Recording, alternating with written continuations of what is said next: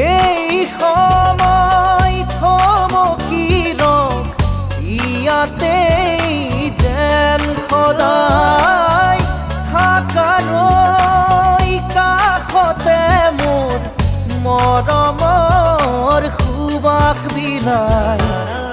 জানিলো যে মই তুমি একো নোকোৱাকে, জানিলো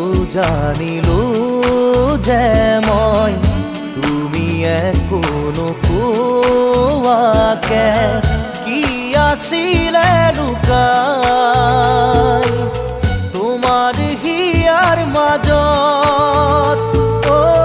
কি আছিলে লুকাই তোমাৰ হিয়াৰ মাজত গোপনে